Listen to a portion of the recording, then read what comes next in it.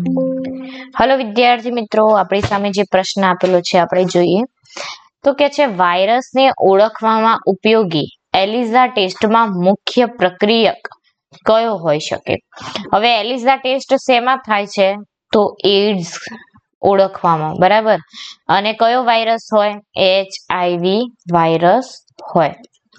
Okay, આટલી ખબર છે. હવે ઓપ્શન જોઈ લઈએ કે આરએનએસ, આલ્કલાઇન ફોસ્ફેટેઝ, કેટાલેઝ કે ડીએનએ પ્રોબ.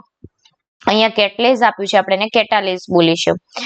તો હવે જે આરએનએસ છે, ફોસ્ફેટ છે, કેટાલેઝ છે, એ બધા શું છે? ઉત્સેચકો છે.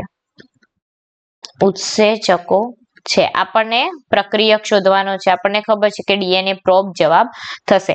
પણ આપણે જોઈએ કે ડીએનએ પ્રોબ કેમ? હવે ડીએનએ પ્રોબ છે એ એક જાતનો ડીએનએ નો ટુકડો છે, તો એ ડીએનએ જ થયો, બરાબર. હવે વિકૃતિ પામેલો જે જનીન હોય, વાયરસનું વિકૃતિ પામેલ જનીન જે હોય તેની સાથે ડીએનએ જોડાય અને એજીટીસી શૃંખલા જોશે. જે ડીએનએ પ્રોબ વિકૃતિ પામેલા જનીન સાથે જોડાશે નહીં. અને જ્યારે જોડાશે નહીં ત્યારે શું થશે?